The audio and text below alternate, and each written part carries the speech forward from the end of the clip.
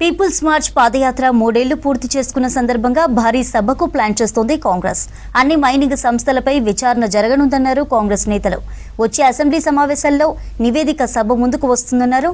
గత బీఆర్ఎస్ సర్కార్ క్రీడలను, యువకులను పూర్తిగా మర్చిపోయిందన్నారు. తాము వచ్చిన తర్వాతే నిధులు కేటాయించి క్రీడల్ని ప్రోత్సహిస్తున్నామన్నారు. ప్రజాపాలనను చూసి బీఆర్ఎస్ ఓర్వడం లేదన్నారు లీడర్స్.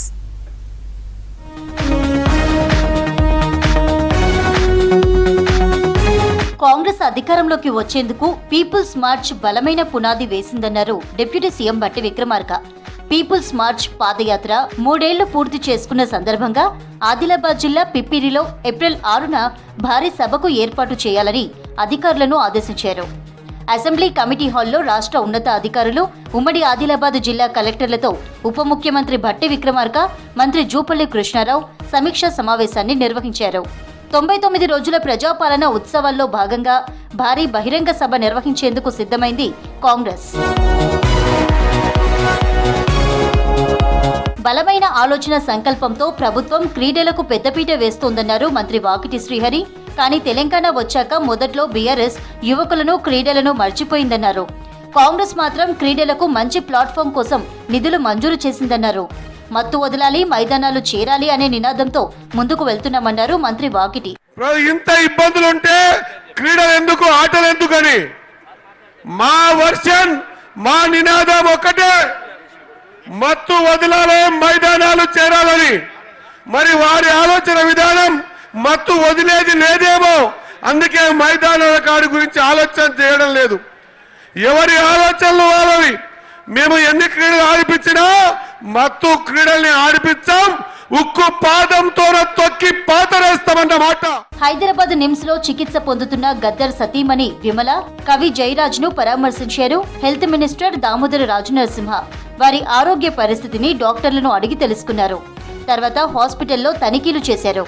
ఓపీ బ్లాక్ లో అవుట్ పేషెంట్ రిజిస్ట్రేషన్ ను, ఫార్మసీ, శాంపుల్ కలెక్షన్ ల్యాబ్లను నిమ్స్ డైరెక్టర్ డాక్టర్ బీరప్పతో కలిసి పరిశీలించారు. రోగులతో మాట్లాడి హాస్పిటల్లో అందిస్తున్న సదుపాయాలపై ఆరా తీశారు. రోగులకు మెరుగైన వైద్య సదుపాయాలు, సేవల కల్పనపై డైరెక్టర్ బీరప్పకు పలు సూచనలు చేశారు మంత్రి.